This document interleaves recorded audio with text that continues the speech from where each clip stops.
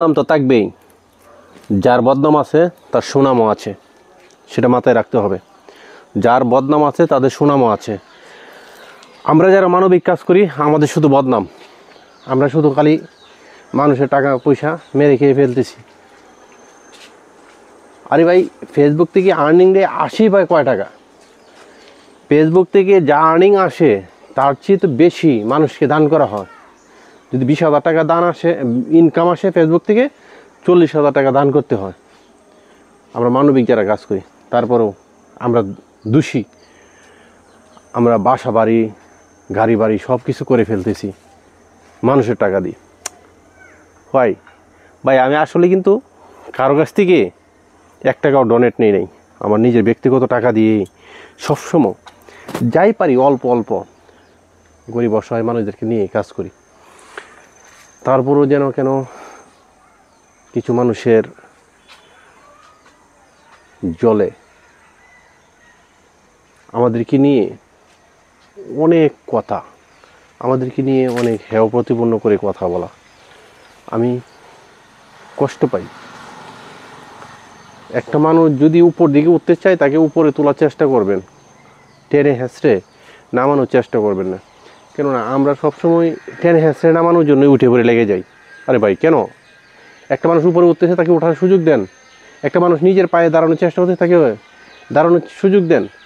না করে আমরা টেনে হেঁচড়ে নিজেকে নামানোর সবসময় চেষ্টা করি। ভাই ওটা থেকে আমরা একটু দূরে থাকি। জীবনটা এমনই, এই আজকে আসি কালকে নয়, চলে যেতে হবে, সবারই চলে যেতে হবে। আমরা এটা চিন্তা না করি, শুধু শুধু উঠে পড়ে লেগে যাই। উঠে পড়ে লেগে গিয়ে মানুষকে নিয়ে হেয় প্রতিপন্ন করে কথা বলি। পারলে একটু সহযোগিতার হাত বাড়িয়ে দেব, একটু মানবিক কাজ করব, একবেলা খাওয়ানোর একটা মানুষকে চেষ্টা করব। না করি মনে করেন যেন উঠে পড়ে লেগে যাই একটা মানুষকে কীভাবে ছোটো করে কথা বলা যাবে। শুধু ভালোবাসা দিয়ে যান, পাশে থাকবেন, সহযোগিতা পাবেন। যদি মনে করেন যেন আপনি কারো দ্বারাতে ক্ষতিগ্রস্ত হয়ে গেছেন, মনে করেন সেই জায়গা থেকে আপনি এড়িয়ে চলে যান। তারপরও কখনো গীবত করবেন না। গীবত করাটা একটা জঘন্য কাজ। একজনের পিছনে একজন লেগে থাকাটা একটা জঘন্য কাজ।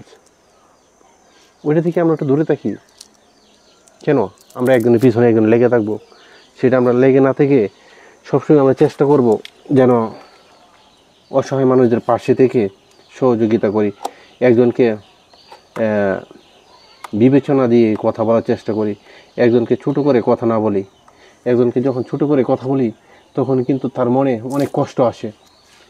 সেই কষ্ট যেভাবে না আসে সেই জিনিসটা আমরা চেষ্টা করব।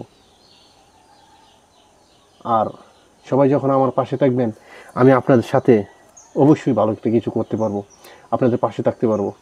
আর যখন আমাকে হেয় প্রতিপন্ন করে আপনাদের কাছ থেকে দূরে সরিয়ে দিবেন তখন কিছুই করতে পারবো না।